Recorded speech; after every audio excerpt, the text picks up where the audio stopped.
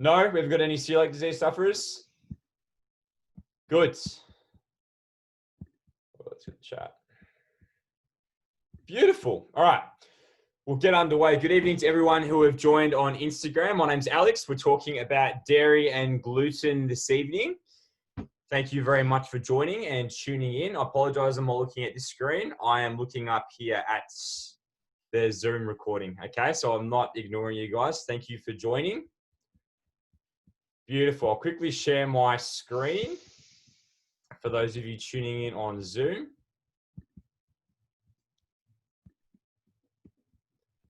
Nice. Beautiful. So as I said, we are talking about dairy and gluten this evening. So we'll start off with dairy and we'll talk a little bit about why people may think dairy is bad for them. Then we'll transition to talk a little bit more about why dairy is important and what it can actually offer us for health benefits. And then for anyone who chooses not to consume dairy, whether that be for veganism reasons, for ethical reasons, or if they're allergic to dairy, some alternative options for them, okay? Then we'll move on to gluten, another controversial topic in the nutrition world. A lot of people think gluten is bad for them. In some cases it may be, but I'll go into why that is. And then I'll also go into why you don't need to avoid gluten if you haven't got the X reasons that I speak about, okay? I'll stop sharing that screen now. Beautiful. So let's get started with dairy. Now, some people are scared of dairy for whatever reason that may be. I'll break down a few different myths that I've heard, but if you've heard other myths about dairy, feel free to pop it in the chat or put your mic on and yell them out and I'll talk to you about them, try and break them down a little bit, okay? Some people may claim that dairy is fattening and it may cause us to gain body fat. That is definitely not necessarily true, okay? We know by now, if you've tuned into previous episodes of this, that we only put body fat on if we're eating in excess of our energy requirements over time, whatever food that may be from. So dairy won't inherently cause fat gain, okay, if we consume it, all right? With full fat dairy, it does contain saturated fat. And again, if you've been watching in previous episodes of this, saturated fat over time can increase our levels of LDL blood cholesterol, or commonly known as the bad cholesterol, okay? The Heart Foundation recently released new guidelines that the saturated fat in dairies is pretty cool, actually doesn't pose the same risk to us that saturated fat from other sources comes from. I don't know exactly why yet, but it's just more reason to feel comfortable in consuming dairy products, okay? I won't go into the detail in regarding whether we should be consuming full cream, low fat or skim dairy. I won't go into detail there. Just let someone else in. Beautiful. But that is completely and utterly dependent on your preferences and your energy requirements. Good evening, Lynn. How are you? Thanks for joining. Okay. I'll move on to another one now that you may have heard about, dairy causing inflammation. Okay. There's no solid scientific evidence that dairy wholeheartedly causes inflammation to us in the long term. Okay. Several different foods can promote short-term inflammation in our bodies, but our bodies are very good at counteracting that. And food that we eat containing antioxidants also helps us out. Okay. So if you hear someone say dairy causes inflammation in the long term, it's likely a fear-mongering rumor, okay?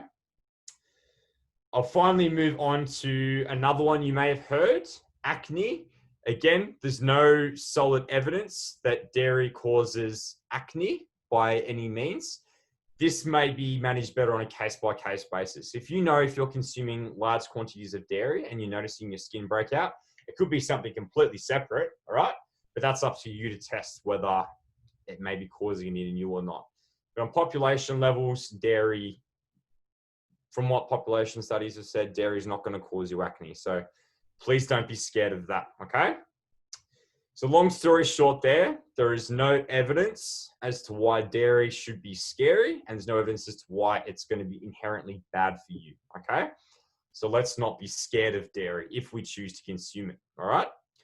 I'll move on to now why it's important, Okay, so dairy, I'll move on to why people may be scared of it, to why it's actually important and what it can actually offer us.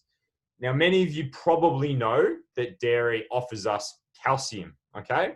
It's a very good source of calcium. Calcium is very important, as I'm sure many of you know, for developing and maintaining strong, healthy bones.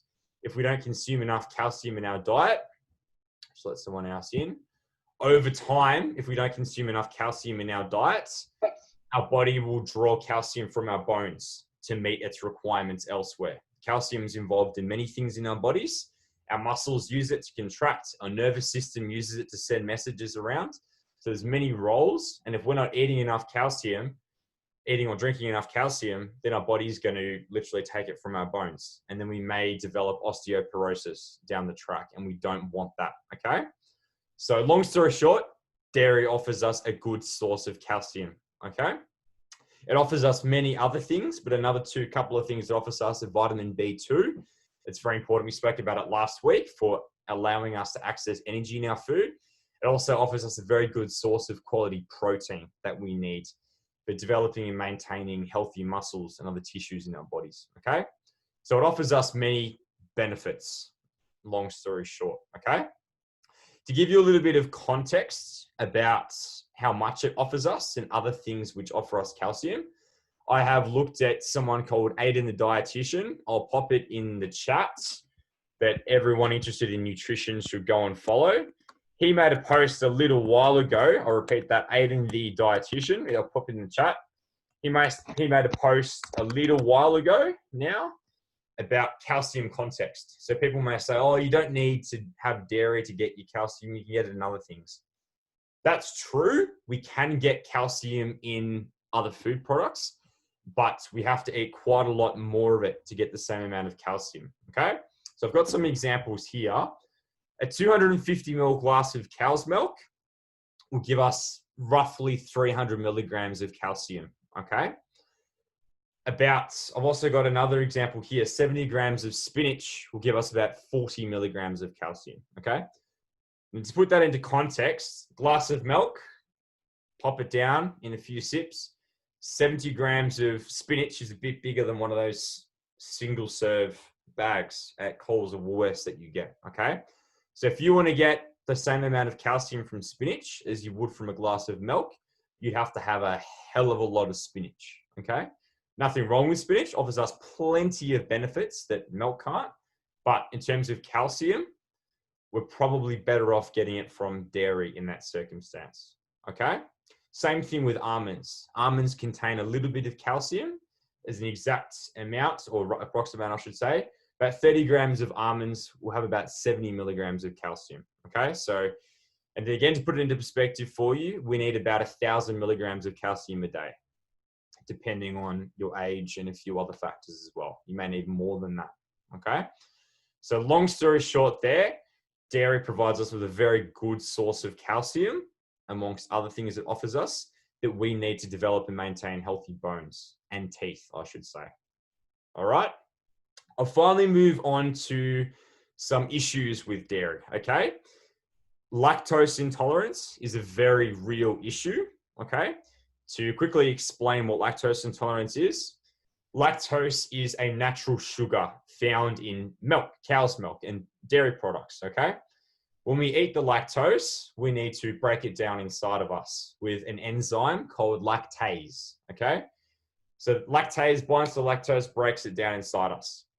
Some people are born or over time develop an issue where they don't have enough or they don't have any lactase produced. So they can't break down the lactose in their gut.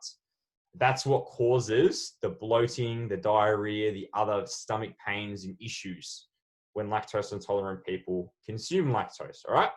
So it's natural for them to be like, oh, I don't want to go near dairy, it makes me feel sick. Lucky enough, nowadays, there's many products on the market. I'll use lactose-free milk as an example, where they actually, manufacturers actually put the lactase, what I spoke about just previously, into the milk, and it breaks down the lactose for you. So that's why lactose intolerant people can drink it without feeling sick like they normally would when they have regular cow's milk, okay? I'm I can't tolerate cow's milk myself, but I can tolerate some things like yogurt, which is another example I'll use. Yogurt, there's a lot of beneficial bacteria in there, and the beneficial bacteria break down some of the lactose, okay? Which means some people may be able to tolerate yogurt. Some people may be very lactose intolerant and may not be able to tolerate. That's okay. But it's worth experimenting. That's what I'm trying to get at here. If you are lactose intolerant, whether you're very badly, whether you're very mildly, experiment with lactose-free products and yogurt, and you may be able to tolerate it a lot better. Okay. YoPro and Chobani Fit are two yogurts on the market which add some lactase into their yogurts. I'll pop that in the chat as well. YoPro, I'm not sure if you are aware of it or not. Pop it in the chat for you. Both put some lactase into their yogurts, and a lot of people can tend to be able to tolerate them a little bit better. Okay. Some people may also choose not to consume dairy because they're following a plant-based vegan diet. That's completely fine. That's their choice. They don't have to be forced into having dairy. But if you're choosing not to consume dairy because you're following that diet, it's important that you're getting calcium from other sources, okay? A lot of plant milks on the market now, such as soy or almond milk. Not all brands. It's important that you look, but some brands are starting to put calcium and other nutrients into their plant milks, okay? I'll pop it in the chat in a second. When you're choosing your, let's say, soy or almond milk, it's important that you look for at the calcium column in the nutrition panel on the side. It should have about 100 milligrams of calcium per 100 mils, okay? If not more than that. So I'll pop that in the chat for you. Per 100 mils in plant-based milks, just to make sure that you're getting a similar amount of calcium to what cow's milk would offer you, okay? Because some brands don't put any calcium or barely put any calcium in. It's not offering you much, okay? Cool. That's all I'm going to talk about with dairy for now. I'm going to move on to gluten in a moment. Before I do, are there any questions on dairy? You're welcome to pop your microphone on and yell them out, or you're welcome to put them in the chat and I'll speak about them. Could be about anything to do with dairy, about any sort of rumors you've heard, about what it offers us, about if you're lactose intolerant and you've got questions. No, that's right. If you think of something and I've moved on to gluten, just pop it in the chat, all right? And I'll raise it afterwards, okay? Let's move on to gluten now, okay? Now, I'm not sure if all of us know or don't know about gluten, but I'll quickly cover what it actually is, all right? Gluten is a type of protein found in wheat and wheat-containing products, okay? So I'm sure many of you know bread. That's one of the main gluten-containing ingredients, as well as other things such as crackers, biscuits, baked goods like cake, which are baked with wheat flour, okay? Pasta, as well as in Australia, not all countries, oats are also, for the lack of a less extreme word, contaminated with gluten. All of these things contain the protein that is gluten, right? So I repeat, gluten is a type of protein, okay? So if you hear people talking about it in a bit of a scary way, oh, what's gluten? It's just a type of protein that's found in wheat, okay? Now, those were some examples of products which contain gluten, but there are many, many more out there which do contain it. Okay, so if we are, which I'll go on to a little bit down the track, if you are celiac, you're suffering from that disease, it's important that we look out for products containing wheat, okay? Because I'll speak about it soon. It can have pretty nasty effects if we're celiac, all right? Now, again, if you have heard of any sort of rumors or fear-mongering rumors about gluten, please pop them in the chat and I'll talk about them. But a lot of people talk about it in a very negative context and associate it with many different negative or nasty things. Some of them that I've heard are cancer. Some of them I've heard are inflammation. Some of them I've heard are acne as well. Many people like to label it with plenty of different negative effects, but unless you are suffering from a gluten-related disease, which we'll talk about in a sec, there is no need to avoid gluten. There's no evidence to say that any of these negative effects are going to happen if you consume gluten, okay? So please, if you hear someone say that and you get a little bit worried, just remind them, hey, where's the evidence to support that? Where did you hear that? How do you know that gluten causes all these apparently nasty effects in us, okay? It's very important that we question things when people try to spread fear-mongering rumors, so we're not scared of eating products containing gluten, for example, bread, okay? I've trained many people who are too scared to consume bread because they've heard many negative effects about it, potentially causing them to gain weight or causing them to be at risk of cancer. And it takes time for us to help them feel more comfortable to consume these nutritious foods because have heard a fear-mongering rumor somewhere, okay? So long story short, sorry if I rambled there. Unless you're suffering from a certain disease, which I'm going to speak about, there's no need to avoid gluten, okay? Enjoy your bread and enjoy your pasta in moderate quantities, okay? Celiac disease. Now, I asked at the start if anyone suffers from celiac disease in the audience. Celiac disease is, I'll break it down. Some people are born or go on to develop the disease, whereby if they consume gluten, let's say they have a sandwich with bread, their immune system accidentally identifies gluten as something is dangerous and nasty, okay? And your body makes these things called IgA antibodies. Just think of them as little war machines that your immune system makes. And they come and they recognize gluten as something nasty, all right? This is happening in our gut or in our small intestine, all right? When that happens, it can cause damage to the lining of our small intestine in celiac disease sufferers, okay? All of that happening, amongst other things, causes pretty nasty symptoms, gastrointestinal systems, diarrhea, bloating, stomach cramps, vomiting in some people, and it can damage the lining of the small intestine, which then may lead to other nutrients, malabsorption issues down the track, okay? So long story short, celiac disease is an immune-mediated disease, which some people are born with or some people go on to develop down the track, okay? Celiac sufferers have a very big reason to avoid gluten, and there's many gluten-free products out there, okay? So there's absolutely not undermining them, and my nan is a celiac herself, and I've watched for years her have to avoid gluten and be very, very careful with avoiding gluten-containing products and making sure that breadcrumbs don't even get on her food, for example, okay?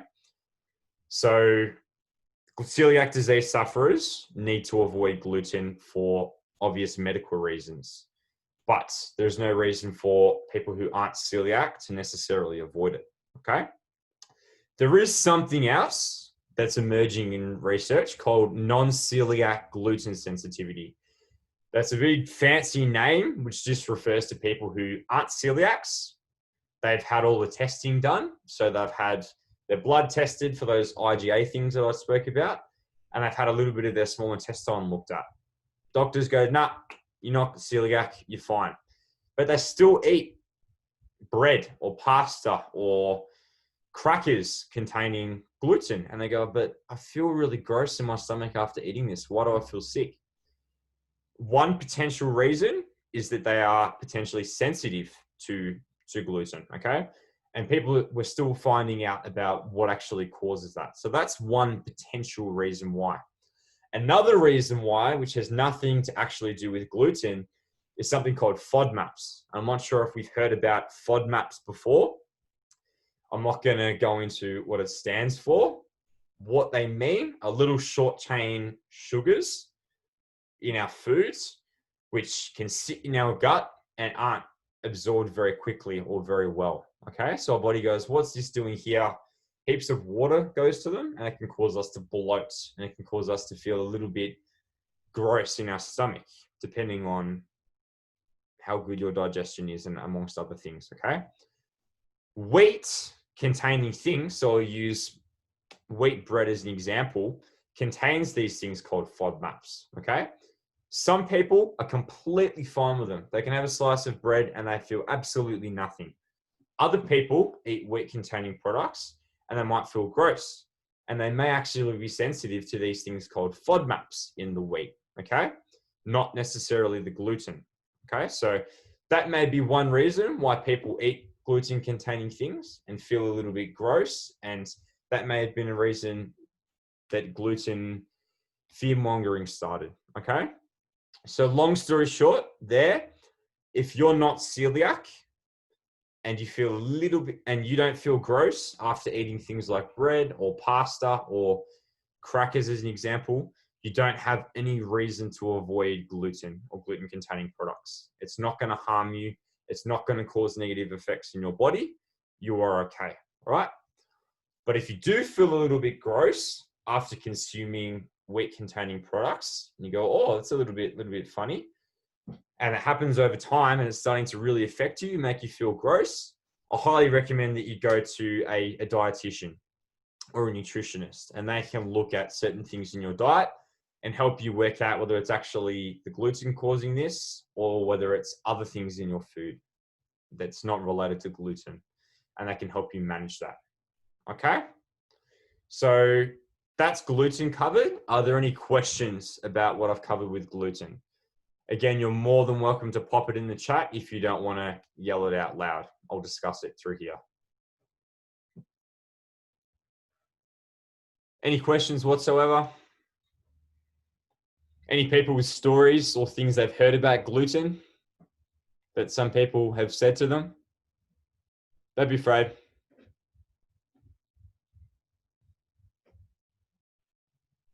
Nope, that's all right. Cool. I'll run over a summary of what I've spoken about, and if it doesn't spark any questions, then we'll wrap up. Okay. So dairy, cow's milk, cheese, yogurt, and the like. There is no reason to avoid it based on fear-mongering rumors you've heard. There's no reason to believe those. Okay. Dairy offers us many benefits, including calcium, which is important for us to maintain strong, healthy bones and teeth, amongst other things like our muscles working and our nervous system working well in our body, okay? Dairy is a really good source of calcium, as well as other things like the B vitamins, as well as good quality source of protein, okay? However, dairy is not the only thing that contains those, all right? So if you choose not to consume dairy for ethical reasons, such as vegans or plant-based diet followers, then you can choose to consume other calcium sources, okay? For example, calcium fortified soy and almond milk, right? But like I popped in the chat, it's important that you look at the nutrition panel on the side, that it's got 100 milligrams of calcium per 100 mils minimum, okay? Preferably a little bit more than that, okay?